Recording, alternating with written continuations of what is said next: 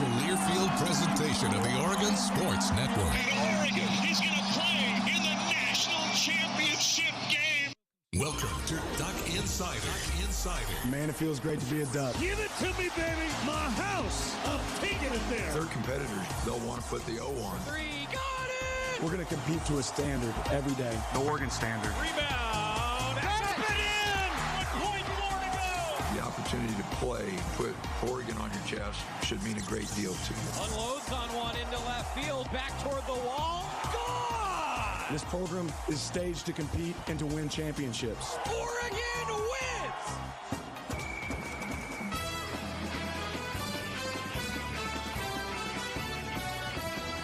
This is Duck Insider on the Oregon Sports Network from Learfield, presented by On Point Community Credit Union. Better banking, local solutions. Live from the Country Financial Studio, let's talk Oregon athletics. We've got Dan Lanning, Oregon football head coach, coming up in just a little while, so stick with us. We also have a few awards to talk about. It is officially award season here. In the month of November, a lot of semifinalists and finalists for awards coming out, and the Ducks honored on a number of different lists. So we're going to break all that down. H.J. Cohn, Senior Associate Athletic Director and general fun guy, is going to join the show a little bit later on. We also heard from a bunch of student athletes after practice today. And women's basketball got a nice win on the road yesterday. Well done to the Ducks. They're traveling back to Eugene, actually, as we speak, live in the 1 o'clock hour. And men's basketball looks for a bounce back tonight. They need one. Didn't go well against UC Irvine. Montana State was in the tournament last year. The Ducks weren't. Big game. I think this is a big one. Kenny Dillingham is a nominee for the Broyles Award. Congratulations to the Oregon offensive coordinator. He is a deserving candidate for the top assistant in the country. That's what the Broyles Award honors. The offensive line for the Ducks, announced on Tuesday as one of the 9 semifinalists for the 2022 Joe Moore Award, which is presented annually to the nation's most outstanding offensive line. And Oregon quarterback Bo Nix announced. Oregon quarterback Bo Nix announced as a top 5 finalist for the Johnny Unitas Golden Arm Award. Finalists were selected by the Johnny Unitas Golden Arm Selection Committee, and I think he's got a good chance to win that thing with the type of numbers that he's been putting up. Now, it's interesting. Does that award take into account what he's done as a rusher? It is the Golden Arm Award. Can your legs help that arm shine a little bit more golden? Yeah, for sure. Wonder how much they take into account those stats, though, because he's been really good in those categories. Also, a very, very important note today. We had a discussion heading into the doubleheader of women's basketball and football. I asked, with women's basketball tipping off at 11 and Oregon football's pregame show beginning at 2, Terry Johns was on the call for both. So he's at Matthew Knight Arena, had to make the trek to Autzen. How long would it take him to go from headset to headset? Courtside Matthew Knight Arena, broadcast booth at Autzen. 20% of you in our Twitter poll said 1 to 19 minutes. 29.2% of you said 20 to 24 minutes. 20% of you said 25 to 29 minutes. And 30.8% of you said 30-plus minutes. You know how long it took Terry? Just over 26 minutes. 26 minutes to go from headset to headset. So most of you were wrong. And I told Terry that I'd buy him something nice if he made it in under 25, and he didn't quite make it. Don't worry. I'll probably still get it for him anyway. Dan Lanning last night, the Oregon football head coach, took a lot of questions about what was, and the theme of the week, can't let the loss beat you twice, with Utah coming to town, another top 25 opponent. Coach Lanning in the Hatfield-Dowling Complex press room with the media yesterday. Take time to extend my condolences and thoughts and prayers to the University of Virginia's football team, their program, and everyone that's hurting right now. I can't imagine, as a parent of 3, I can't imagine the loss that they're feeling as a team. We've experienced loss similar, but not the same circumstance by any means. Is that program right now. I want them to know and everyone to know that we're really thinking about them and sending prayers their way. Building it, into this next week, obviously our guys were anxious to get back to work. I think we all had a taste in our mouth that we were ready to get out of our mouth, right? Ready to go back and attack things. This weekend certainly didn't go the way we anticipated. Like I said after the game, that really falls solely on me. Super proud of our fans and, the commitment they had to that game. I think that's going to continue to be something really special. We get an opportunity here with, senior day for our seniors to get their last home game played here. And that experience, our fans have an opportunity to create a big impact in a game like this. So thrilled for that moment for them, excited for our seniors to be able to go out there on the field again and play really well. I was wondering if you have an update on a few guys like Bo, Alex, and Ryan. Yeah, I'm not going to share really any update with anybody. We came away dinged in that game. I will say that I feel a lot more positive today, getting to hear some news on where things are at right now. The television audience got a little bit of a different perspective on the last couple of minutes, and some of us were down on the field at that point. They saw that Bo came over to you, and then Chief is following up before the fourth down. When did Chief tell you that he was cleared to return? And why not call timeout before the fourth down to put Bo back in the game?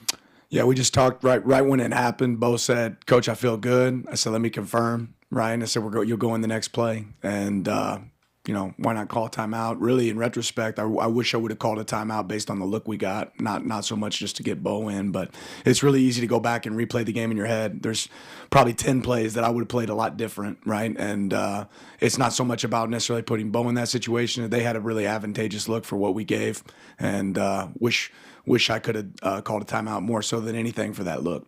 How would you describe, I guess, Ty's demeanor coming in a really challenging spot? Yeah, it's a tough spot to go in, but that's why you do all the practice reps, why you do all the walk reps. I think Ty was anxious to go out there and compete for his team, and that's why you always have to be ready and ready to roll. You often talk about going to the doctor early in the week for players and coaches. Just curious for you, what do you think are the biggest overall lessons you're going to take away from this game as a head coach? Oh, man, there's so many. There's so many things that I wish I could go back and do different. There's some moments where I felt like I got a little selfish and looking for something that, I felt like was there and really at the opportunity time, it wasn't, and medicine doesn't always taste good.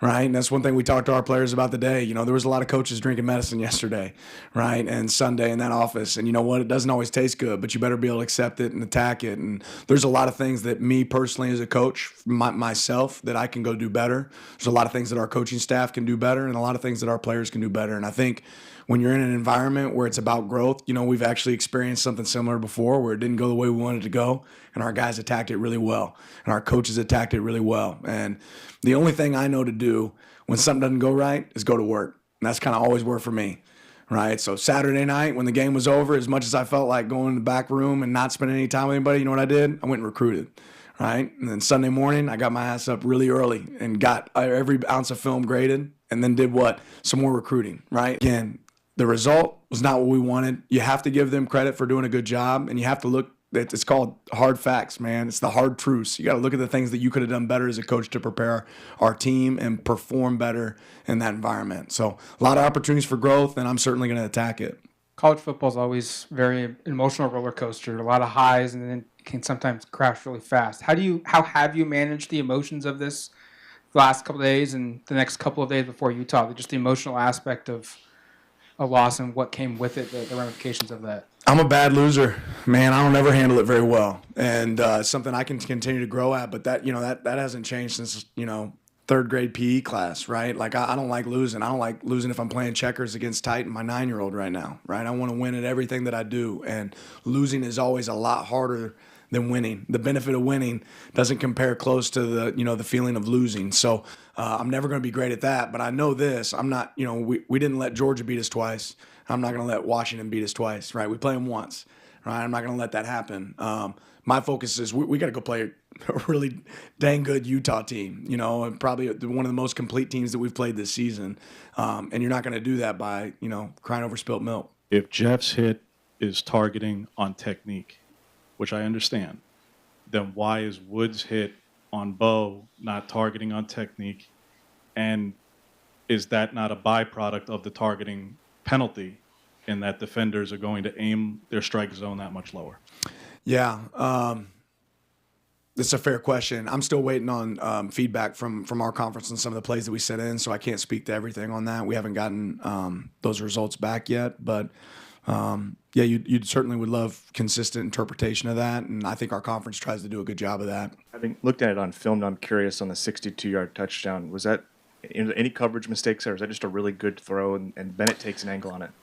Yeah, there certainly are things that we could have done better. I think there's places where we can provide more relief. It was a great throw. I think he was on point all night. He threw some great throws, but I think there's also some opportunities for us to look at those coverages and figure out some ways that we can improve it. The biggest thing is they recognize the look that we're in, and we weren't able to kill out of that look and change our call, and that's something we got to certainly do better. And then we have to play with better technique when we get the opportunity. We'd love to be able to roll a safety over there. We were trying to get that done, didn't quite get there, and obviously you see the result. I know that Utah isn't technically a rival for you guys like Oregon State or Washington, but based on the way that last year ended, I know that a lot of guys in that locker room care a lot about this game. How is your feeling for, what their feeling is going into this game, how much it means to them? Yeah, I think this game means a ton, and I think our guys are playing for each other, and they want to do well for each other. That this team really cares about each other, which is important. And I think they all have a taste in their mouth from last season. Some of the guys weren't here, and some guys were, but they want to go perform. They want to go perform, to their abilities. You mentioned some hard truths, Dan. When you're one of 4 teams in the country to allow 9 yards of play in 2 games this season, third down, pass defense, pass rush have all been what they've been now for 10 solid weeks. What is the fix? How do you go about addressing it? Will you take over defensive play calling? Yeah, no, I've got belief in our coaches. I've got belief in our players, and I've been a part of situations that were tough. What's the hard truth? We're not playing well on defense right now. I don't think it takes a lot of people to look at that and see it. What's hard maybe for some people in this room to see and people outside to see is there's some things that we're really close at, and you look at the first third down and you're like, wow, you have a free runner at the quarterback. Got to be able to finish there, right? You look at an opportunity to maintain leverage properly. And what I've always learned in situations where you're not having success is it's easier to point fingers and try to say, well, this guy didn't do his job right. But I've always been a thumb pointer, right? And there's parts that I can do better. There's parts that our coaching staff can do better. And there's certainly parts that our players can do better. But we're probably closer than some of you think. It being there, right? That being said, it's not acceptable, right? It's not something that we accept in our program. We want to play better than we're playing. And the way that I understand how to do that is to go work. And even though the result doesn't always change, that doesn't mean you can't change your approach. And I'm going to continue to look for ways to change the approach as we move forward. Dan Lanning, Oregon football head coach. We've got more coming up with the Duck head coach in just a moment. One of the comments was about the kickoff time for Utah. There's no doubt that 7:30 isn't ideal. A lot of fans don't like that. I totally get it, especially the West Coast versus East Coast argument. Totally understand it. But I do think that there's a fine line there with the Ducks don't have a lot of choice in it. It has to do with the media rights deal that comes from the TV networks. And if you want to maximize revenue in TV windows, sometimes you got to play these later games. It's not a perfect situation. It's just not. And I think that every higher up in every Pac-12 school would agree with my assessment there. But it is what it is. And at the end of the day, I hope that fans will still come out and support because there are still about 1,000 tickets left, is my understanding, for this game against Utah, which blew me away. This is still a huge game, and the Ducks still have their entire season in front of them with an opportunity to go to a Pac-12 championship game, win it, and go to a Rose Bowl. The Ducks still control their own destiny for all those things.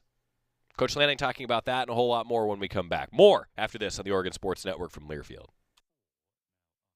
Dear gas prices, Toyota is the #1 retail brand for electrified vehicles for 22 years.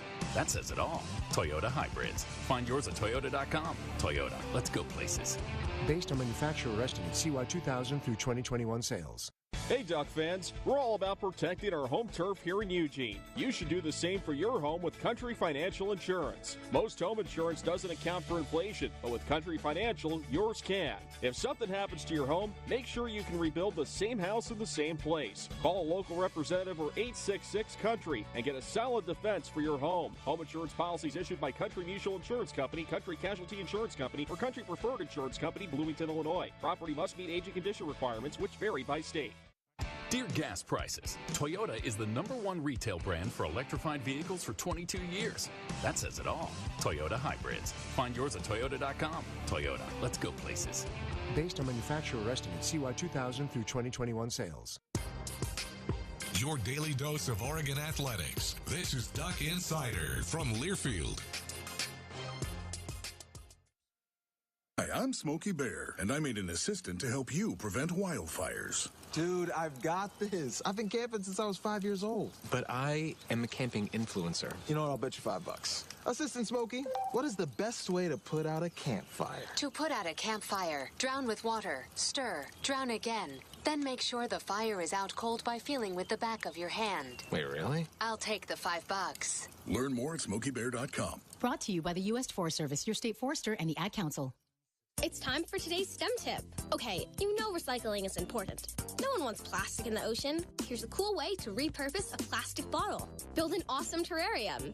Cut a large plastic bottle in half and fill the base with sand, pebbles, potting soil, and your favorite plant. I chose an African violet. Put the top of the bottle over your base and place it in the sun. Your plant will grow sealed in its own ecosystem. Fun, right? Learn more at She Can STEM. A message from the Ad Council.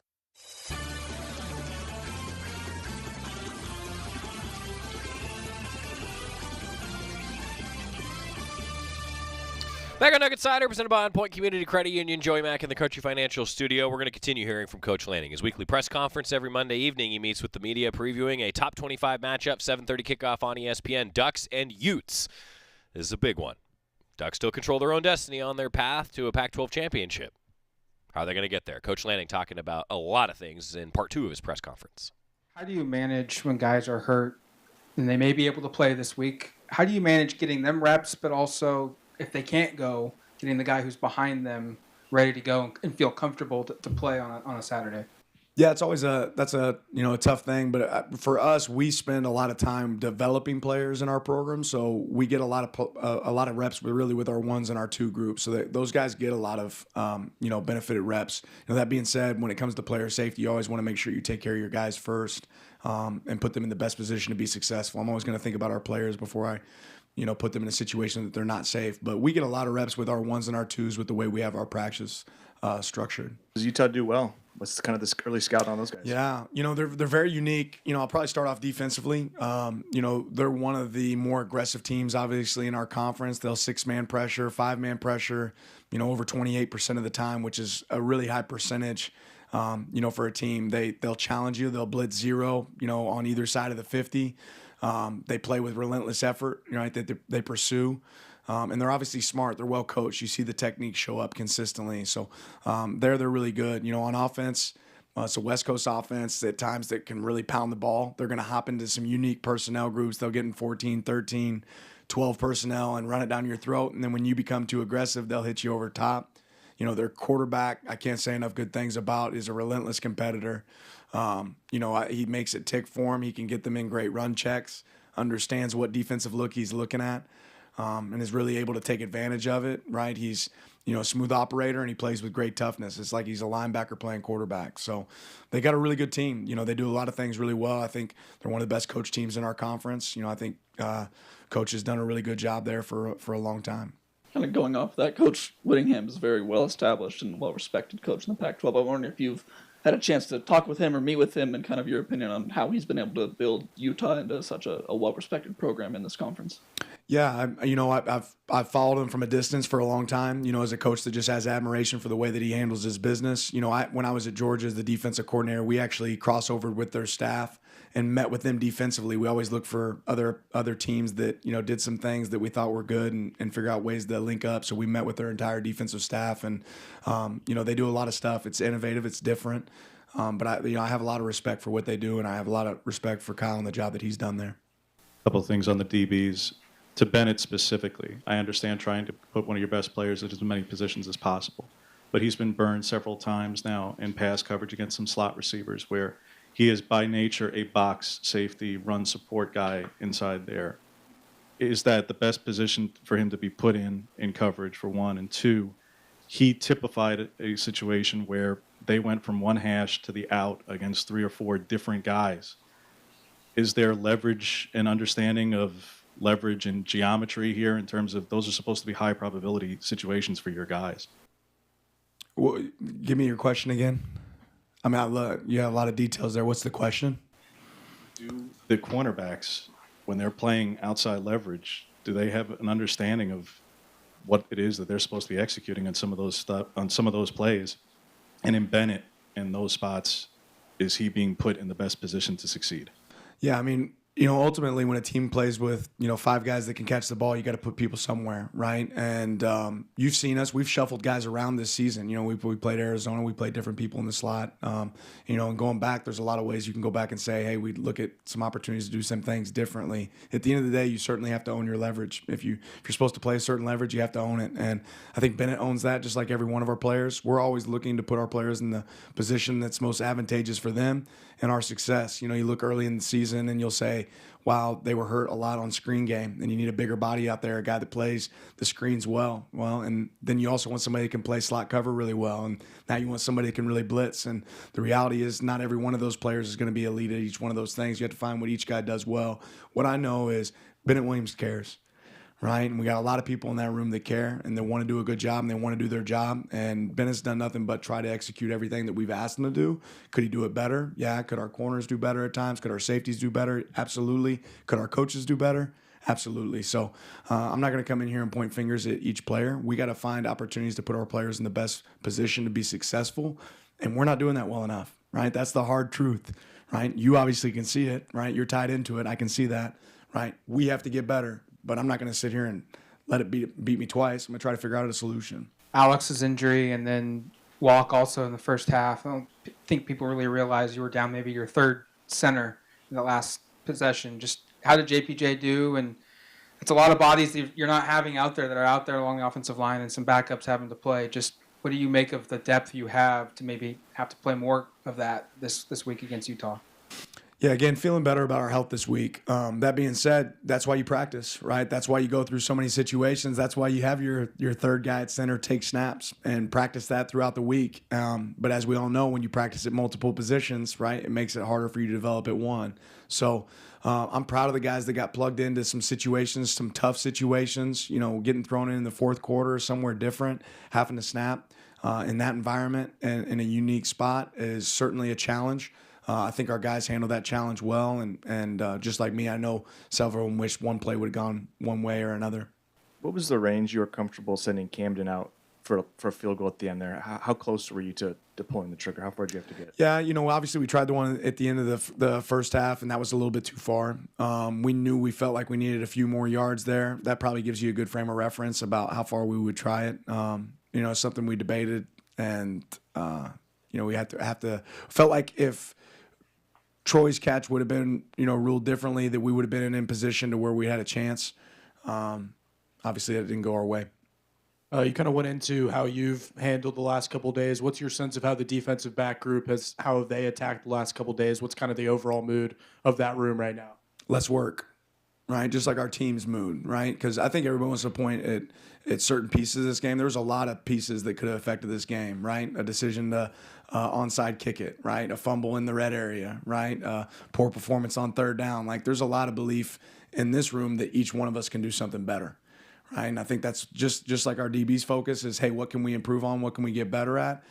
Everybody in our organization is saying right now, how can we make the Ducks better? With it being senior day, how do you just handle the COVID year? There's going to be a lot of seniors that have that COVID extra year of eligibility if they want to come back. I guess how many guys are you honoring, and how do you have that conversation with players about coming back potentially for a fifth year? Yeah. Right now I think we have 18 guys. I won't go through the entire list. I think we have 18 guys that are going to participate as seniors. Some of those guys are going to participate and then come back and play next year, right? Some guys aren't participating and maybe not be here next year. There's a reality of that as well. So if you want to be honored as a senior this year, we want to give you the opportunity to do that. I'm anticipating some of those guys that are going to be honored as seniors still coming back, and maybe we get to honor them again. That'd be kind of cool, right? I don't know what you would call that then, right? Freshman, senior, super senior, yeah. So I don't know if they get something special, but those guys deserve the opportunity to be honored. Some guys, they could have been honored and said, Coach, I'm coming back. I don't want to be honored, right? And some guys said, hey, Coach, I'm coming back, but I'd like to be. So that's in their court, and I want to give those guys that opportunity to do that. Yeah, senior day always a little bit bittersweet for Dan Lanning and the Oregon football team. But, hey, taking a lot of accountability. I think that is the theme of the week. Don't let a loss beat you twice. Accountability is really important, especially against another good opponent in Utah. We're going to talk about that more coming up. But H.J. Cohn is here, ladies and gentlemen. Always a good time. Except you're missing a critical ingredient today. Did you know that?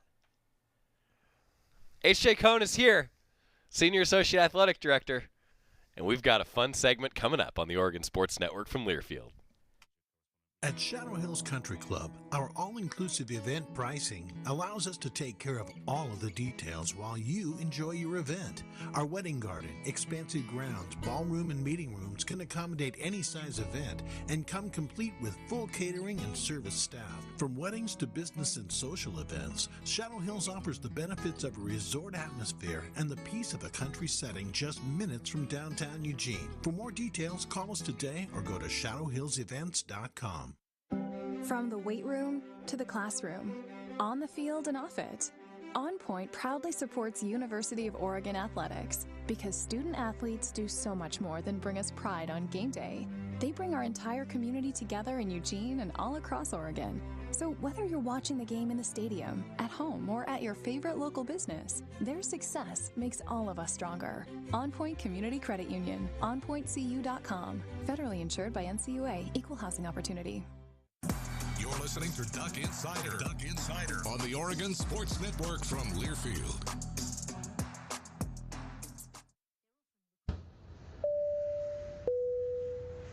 This is your captain. We are going to be experiencing some slight turbulence. Please fasten your... Oh, hold on. Just got a video of my cat. Imagine the pilot of an airplane was as confident as you are texting and driving. Seems kind of crazy when you put it like that.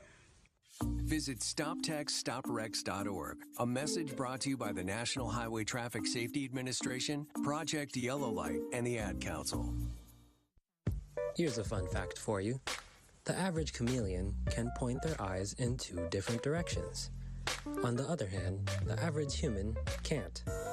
So unless you're a chameleon, there's absolutely no way you can focus on texting and driving at the same time. So don't do it, unless you're a chameleon. Visit StopTextsStopWrecks.org. A message brought to you by the National Highway Traffic Safety Administration, Project Yellow Light, and the Ad Council.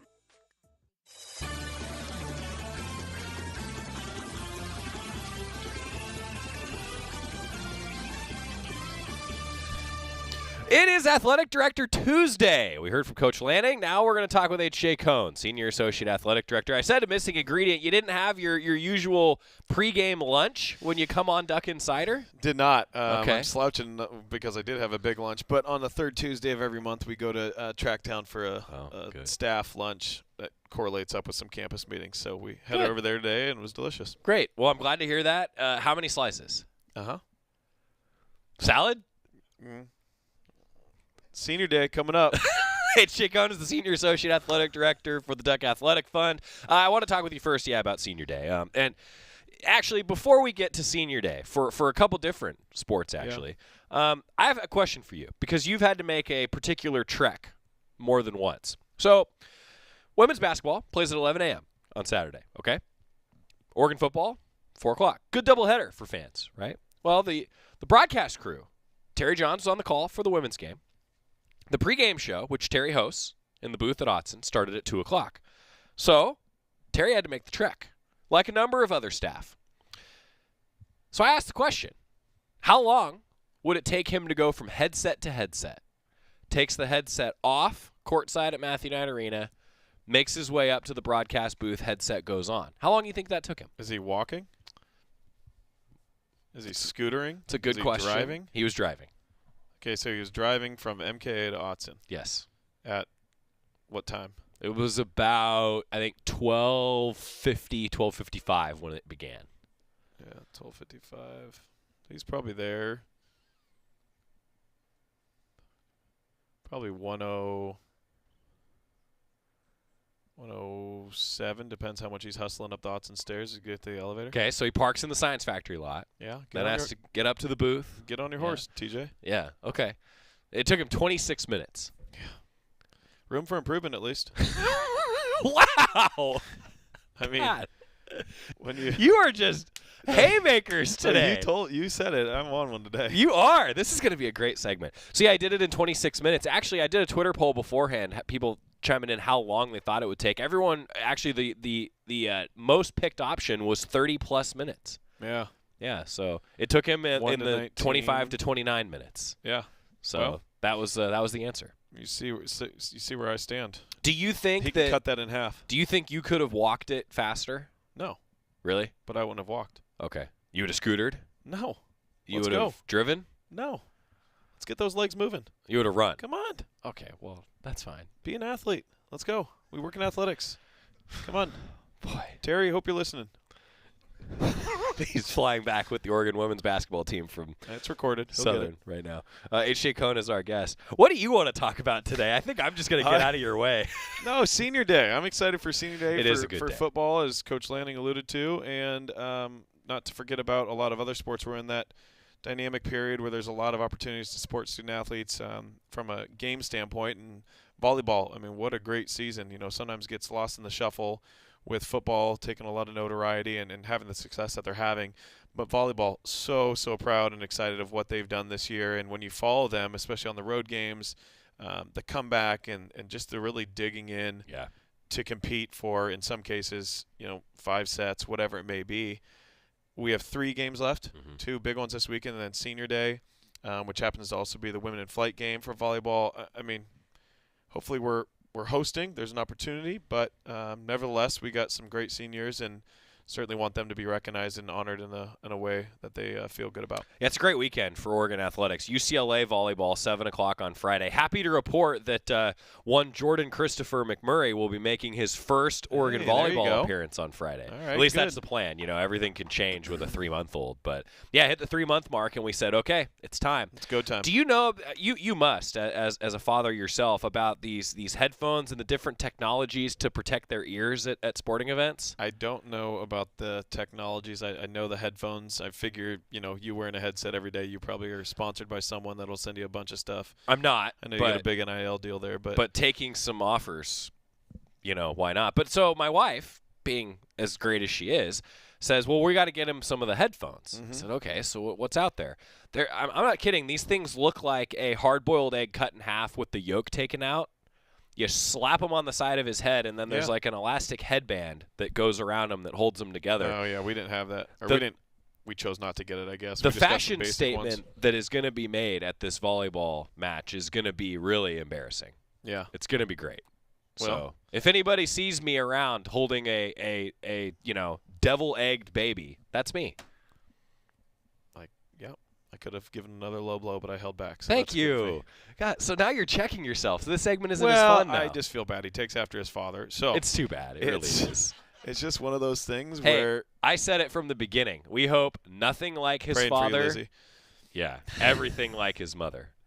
The world could use a lot more Lizzies in the world. You know this. So, she's a sweetheart. Yeah, so 7 o'clock, though, for volleyball. And the point I'm making is then 7:30 for Oregon football, and then noon on Sunday, and then a huge basketball game against Houston coming up at 6:30 on Sunday as well. 4 great home events this weekend, so get your tickets. And then, of course, men's basketball tonight. We'll talk about that. But talking about football, there's still some tickets available, which I got to be honest, H, that surprised me to learn that this week for this Utah game. Yeah, we were, to be transparent and open, we were in the same boat for Washington. I mean, granted, we saw a pretty big uptick near the end, and I don't know what that is. You can tie that to directly, but I would argue in many cases that it's our biggest rival. Yeah. And when you're a top 10 team in the country and have tickets still the week of, I was hoping to see it. We got there. We got to basically a sellout.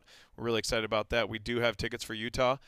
The home field advantage, despite the outcome on Saturday, the home field advantage that Autzen brings is no secret. I mean, the streak, obviously, for a number of years, and then you factor in just the in-game experience when you see a penalty, a false start, an offsides.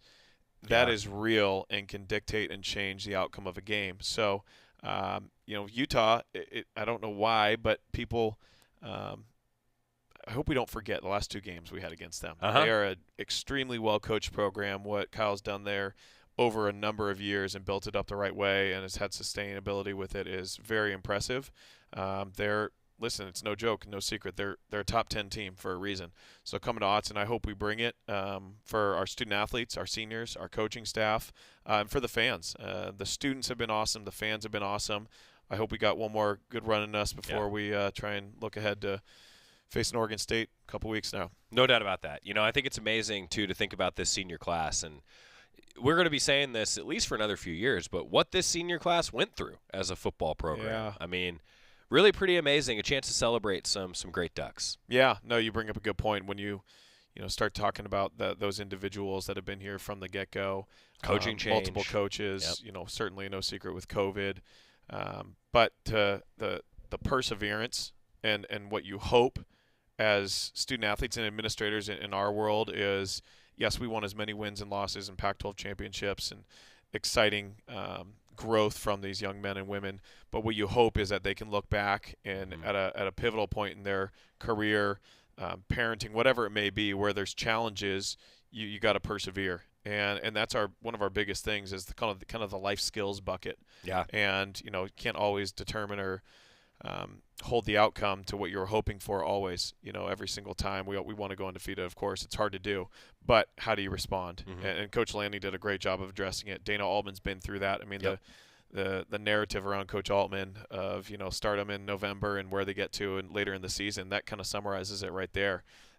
It's hard, but they're life skills that you can apply from a principal standpoint throughout the rest of your life, what you learn here in 4 to 5 years. Yeah, that's well said. I mean, you and I have talked about this before, that I think in a lot of different ways, you and I are examples of some of the lessons that come with athletics and how they apply in the regular world. I mean, just case in point, I feel like that's such a great lesson. That's a great point. I bet you say that probably to a lot of people at this point in your life. Yeah, I say it because I believe in it. I mean, we've all been through it at some level, right? And I can go back to my manager days. I can go back to days in my career early on where you're struggling with something. It might be something minimal. It might be an individual hiccup that came up, and it's like, how do I get better from that next time? How do I alleviate that next time or avoid it next time? Might be something a lot bigger. I've relied on my dad. He's got a lot of knowledge of Oregon athletics, and being that he went here and has been season ticket holder and has attended probably thousands of events over the years. So there's some historical concept and history I go after with him sometimes and kind of just get a pulse. There's a couple that stick out in my head I won't get into in depth, but that I run by him and, how do I take that and everything that and outside noise, as we call it, but also what's the right thing to do and make that decision. And I hope you make the right one. If you don't, just learn from it, grow, and move forward. Yeah. I think there's a lot of that even happening around practice right now, and that's what makes this such a rewarding, at least for me, it's a rewarding career because you see so much of that growth over the course of time. All right, I want to get time out. We'll come back, talk a little bit more with H about a little bit of basketball season, some more on football, and then, volleyball, man. This is going to be fun. Yeah. Coming up with volleyball this weekend. H.J. Cohn's here. He's back with us after this on the Oregon Sports Network from Learfield.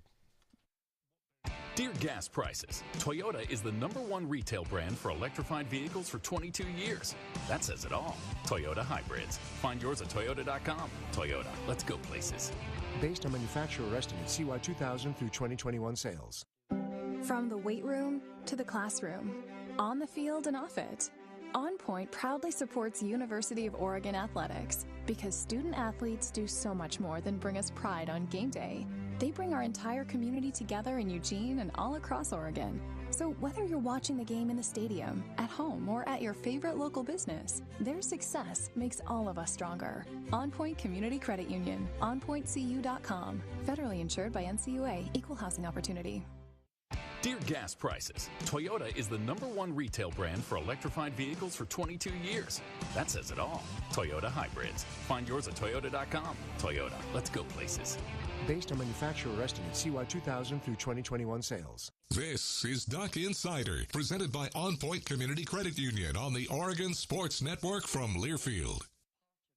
Guys, it's me, Isabella Gomez, filling in for Smokey Bear because he's got more to say than just... Only you can prevent wildfires. Like, if you're outside enjoying a barbecue, don't let a hamburger distract you from fire safety. Make sure you aren't dumping your hot coals or ashes onto the ground because that could start a wildfire. So take wildfire prevention seriously and let's save the world one day at a time. Juntos con Smokey Bear, podemos hacerlo. Go to smokeybear.com to learn more about wildfire prevention. Brought to you by the U.S. Forest Service, your state forester, and the Ad Council.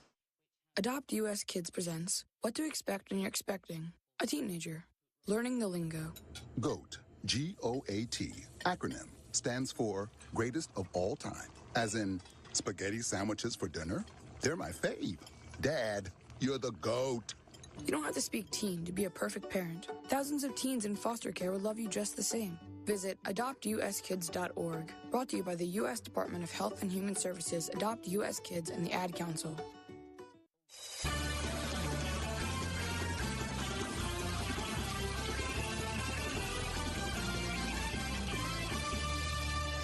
Back inside the Country Financial Studio, Duck Insider is presented by On Point Community Credit Union. H.J. Cohn is here, Senior Associate Athletic Director. We were talking a little bit about football and even, thinking about how this season, I've been saying this since Saturday. The goal of a Pac-12 championship is still in front of this team. And boy, what does it say that after a loss, sure, it's to a rival, but even bigger than that. After a loss, it's like, guys, number 6 in the CFP rankings, a chance to knock on the door of a college football playoff, and everyone's sort of feeling down after that. Well, God, how many programs would love to be in the position that Oregon's in, a chance to win a conference championship? Yeah, and I would go beyond football. I mean, we've been fortunate. Just take football, men's, women's basketball in recent. I mean, you can throw a number of sports in there. You name it at Oregon, honestly. We've had great success over the last handful of years that this is business too. It's really hard to get to the top. It's harder to stay there. Yeah. And it's harder to sustain it. And women's basketball, a great example. Men's basketball, the Final Four-year run. Football, you get to CFPs, men's golf, women's golf. It's really hard to do. I mean, I remember sitting with some coaches after a seaone. They had a great season, and they were looking at each other like, gosh, how do we do that again? That's really hard. That's years in the making. And the one fortunate thing with basketball per se is no matter what, you're in the hunt, especially with automatic qualifiers from a Pac-12 tournament, right? So now, granted, it doesn't always work like that where you get a, call it the Oregon State year. I think they end up winning the Pac-12 and they make their Elite Eight run year. That's kind of an anomaly. But for the most part, if you have a solid team that stays the course and buys in, and that starts with leadership, and trust me, we got 2 of the best in the country on the men's and women's side with Coach Graves and Coach Altman. Friday night's one thing. I'm really not concerned per se because we got a Hall of Fame coach that knows how to get guys to buy in over time. They're beat up a little bit. I don't think Coach is going to lean on that as a crutch by any means. But it's a fact. They're going to get better. Yeah. And that starts with him, and we have, like I said, one of the best in the country to lead us through that. So, it's November still, and I think the nice thing is people saying, gosh, that was a bummer. It's like, well, I like that. People care. That's right. And they want to talk about the Friday night game, non-conference game. So, again, I think when we – and with Rob's leadership start and go about hiring coaches is how it's great your resume said you've won this, this, and this, but how do you actually have teams respond in the challenging moments? Yeah. And that's actually what makes the difference. And so I think we've seen it firsthand in a lot of cases. You even go back to the Final Four run year, having a great season. I mean, you're at the pivotal moment. You're going to the championship, and one of your starters goes down with an ACL. Mm-hmm. And a key guy in the locker room too, let alone on the floor with Chris Boucher. And how do you respond? And leadership takes over and steps up, and you make a run deep into the tournament. So I'm actually really excited, probably more than I've been excited a couple of years about both men's and women's basketball, about the potential and watching it come to fruition. Yeah, and, in all seriousness, talking about a couple guys that are banged up, Brennan Rigsby, Jermaine Couisnard, those are probably 2 guys that are starting right now for the men's basketball team. And 2 guards, ball handlers. That's going to be a key tonight, by the way, against a Montana State team that throws about 10 guys out there in a rotation. They'll bring the pressure just like UC Irvine did. It's a good test. It's a good bounce-back opportunity for the Ducks. That's tonight, 6 o'clock. You'll be there. I will be there. Yeah. PK85, I wanted to ask you about that. Yeah. Because it's a chance for Portland fans to come out over a holiday weekend and see this men's basketball team in action. Thanksgiving Day, Black Friday, football Saturday, and then again on Sunday. Great opportunity for both men's and women's basketball teams to be out there. Yeah, I mean, you talk about elite competition. You're not going to find it better than that in our own backyard, let alone in our state, but also up in Portland, a chance for us to take our teams up there. I think that we have a ton of great alumni, supporters, season ticket holders across the board in sports in the Portland area. So to come to their backyard, not for a one-off, a knockoff game or something like that, but really some stellar competition to not only go see them, but to see our team and support our team where they're at. I'm really looking forward to it. We're going up. We'll be up there basically all weekend until we go to Corvallis for the day. But exciting to have some fun with family and then really hone back in and do stuff we love, which is supporting the Ducks. Yeah, that'll be my weekend as well. Going up on Thursday, 5 o'clock tip-off against UConn. Planning for a 6:30 game, by the way, on Friday. I hope you're right. Yeah. That's the plan. 6:30 is the winner's bracket. That's the one that you were going to be planted for. That's the one on my calendar. Yeah, and then we'll find out, by the way, I know as a couple fans were asking yesterday, hey, what about the Oregon State kickoff? We'll find out probably after, well, for sure on Sunday. We may find out late on Saturday night when the kickoff will be for the Oregon State game. I know you got to run. Thanks for adjusting. Thanks for doing what you do. Absolutely. Thank you guys. Thanks for being in here. Always appreciate it. Anything else fans should know? No, just excited and about kind of what's coming up, but also just a huge thank you.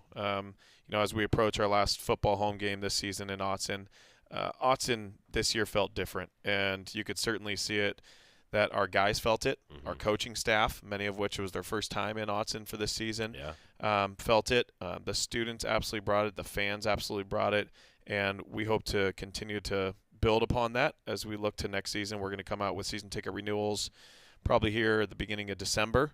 There's a lot going on between then, hopefully, but between now and then, just want to say a huge thank you because that Autzen Stadium was a special place this year. Brought back a lot of memories that we've maybe haven't had in a couple of years. Yeah. That's not a knock on anyone specific, but really just made a deep impact on the game day atmosphere, parking lot to in-game to, helping our guys have a competitive advantage. Love it. Thanks, buddy. Thank you. Appreciate it. Yep. H.J. Cohn, Senior Associate Athletic Director, Condiment Czar, and all-around fun guy. Thank you, sir. Appreciate it. Here's your $20. That's nice. God, that's all it takes. This is great. When we come back, a little bit about women's basketball yesterday. Nice win on the road against Southern. And then let's hear from DJ Johnson. He talked with the media after practice today. That's on the horizon on the Oregon Sports Network from Learfield. From the weight room to the classroom, on the field and off it, On Point proudly supports University of Oregon athletics because student athletes do so much more than bring us pride on game day. They bring our entire community together in Eugene and all across Oregon. So whether you're watching the game in the stadium, at home, or at your favorite local business, their success makes all of us stronger. On Point Community Credit Union, onpointcu.com. Federally insured by NCUA, Equal Housing Opportunity. At Shadow Hills Country Club, our all-inclusive event pricing allows us to take care of all of the details while you enjoy your event. Our wedding garden, expansive grounds, ballroom, and meeting rooms can accommodate any size event and come complete with full catering and service staff. From weddings to business and social events, Shadow Hills offers the benefits of a resort atmosphere and the peace of a country setting just minutes from downtown Eugene. For more details, call us today or go to shadowhillsevents.com. More Duck Insider coming up on the Oregon Sports Network from Learfield. Ready for our little forest adventure? Yes!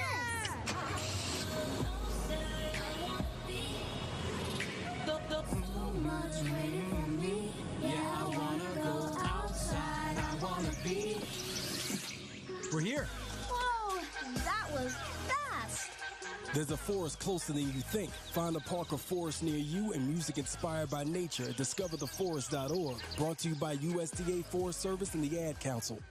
You're not too cool for me. And in return, I reciprocate that sentiment. I'll never be too cool for you. I was a man with a plan, but now I'm a dad with a decree, and you can't take that from me. Please let it be noted that I told my job they can dock my pay. Right now, it's just too important to take you to school every day. I want to be legendary for you. I want you to puff out your chest when you go to school, the same way I do. I walk taller because of you, because I found everything to live for. That's dedication. Visit fatherhood.gov to hear more. Brought to you by the U.S. Department of Health and Human Services and the Ad Council.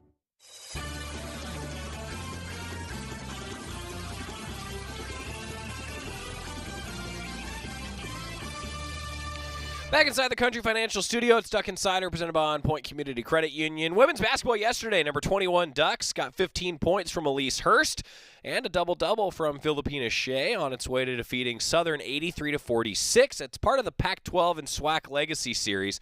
It was awesome to see some of the educational opportunities going to an HBCU for the Ducks. And I love the fact that the Pac-12 and the SWAC are doing this. It's more than just basketball and what happens on the floor.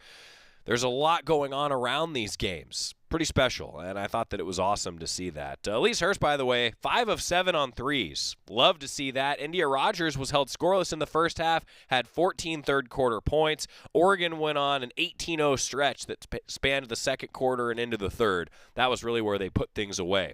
Also, After leading Oregon in scoring twice last week before the game, forward Grace Van Sluten took home this season's first Pac-12 Freshman of the Week award. Congratulations to Grace Van Sluten on that. So women's basketball back in action later this week. Of course, men's basketball 5:30 pregame and a 6 o'clock tip-off tonight on the Oregon Sports Network. DJ Johnson, after practice today, he met with the media talking about how the Ducks can get after the quarterback a little bit, and also the fact that Utah, physical, likes to run the ball. He said that was one of his favorite things about playing the Utes. DJ Johnson after practice this morning.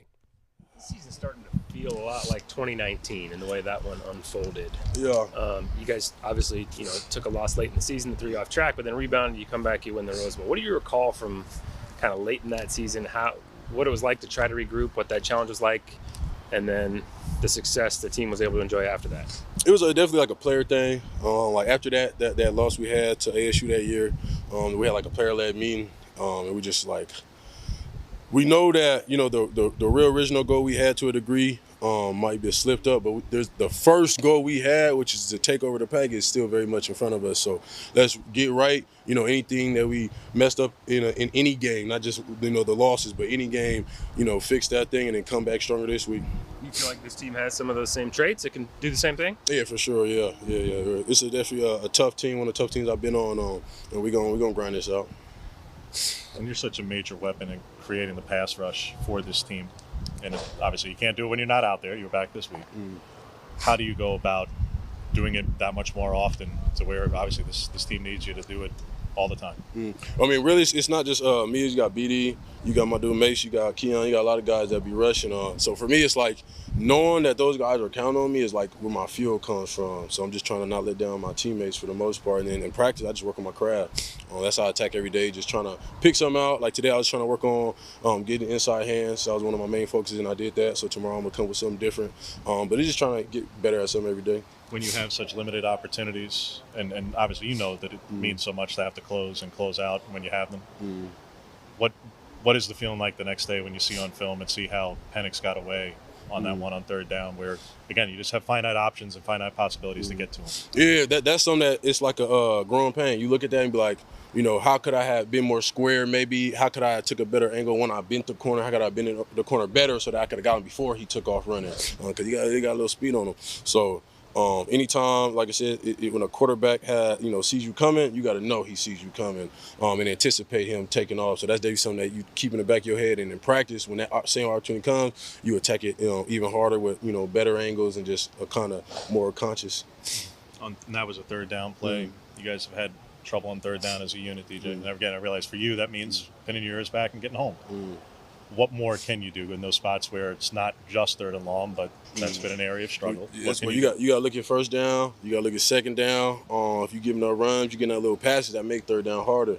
When it's third and long, you know what I mean. You got to understand that if there's like we played a team that gonna throw the ball out quick, so you got to understand how your pass rush might have to change. Where even if you could get the edge.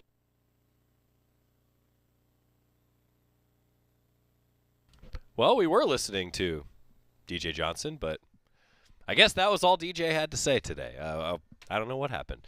Paused on the replay, but if you want to listen to a little bit more of what DJ Johnson had to say, the GoDucks YouTube has you covered. Elsewhere after practice today, Casey Rogers talked with the media and Jamal Hill talked with the media. I want to save those for tomorrow and instead talk a little bit about men's basketball coming up tomorrow.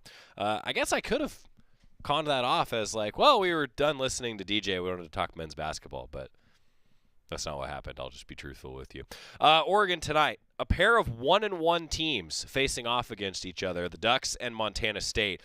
Ducks need a bounce back. A 13-point margin of defeat, but this was not a 13-point game. A 23-game home win streak was snapped against unranked non-conference opponents. And meanwhile, Montana State comes in looking for their first win against a Pac-12 school since beating Washington State 4 years ago in a neutral site game. It was their first win on a Pac-12 campus this would be their first win on a Pac-12 campus since 2011. So it's been a while since a Montana State team has come in. But this is a Montana State team that last year was really good. Listen to their resume. They were 27-8, 16-4 in the Big Sky, and they were 9-6 in true road games. This is a true road game. I'll tell you, the amount of teams that have a 500 or better true road record in college basketball, there's not very many of them. Even the best teams at the top of most conferences don't have stellar road records. Being 3 games over 500 in true road games says something about Montana State. And they also have a guy that should sound familiar to you, Raekwon Battle.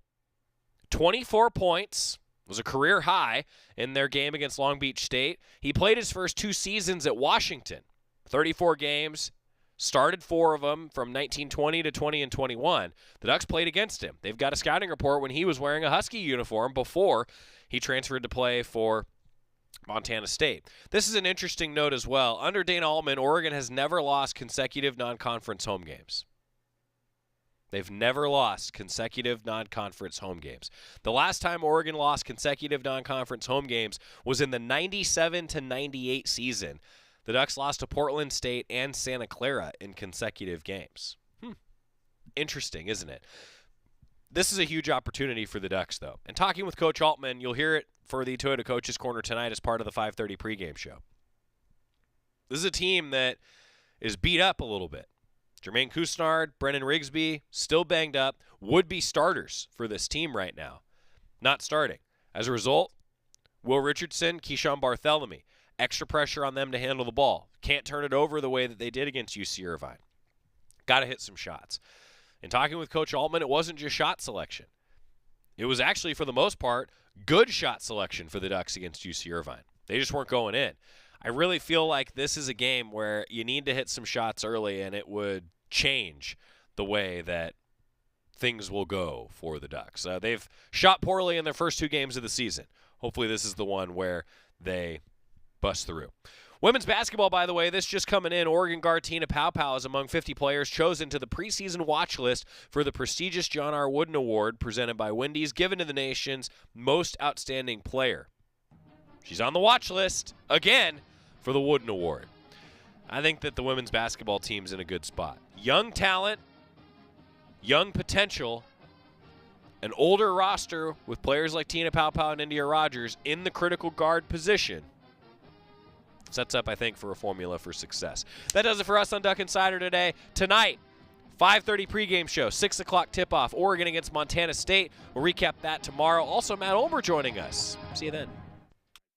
Hi, I'm Smokey Bear, and I made an assistant to help you out, because only you can prevent wildfires. Hey, Assistant Smokey Bear. Call me Papa Bear, because I'm grilling up dinner.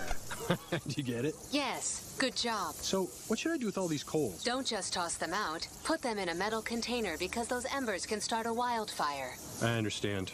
The stakes are high. Ha, ha, ha, ha. Learn more at SmokeyBear.com. Brought to you by the U.S. Forest Service, your state forester, and the Ad Council. Uh-oh, Brad's buzzed. Oh, yeah? Yeah, he's starting with the woots. And now his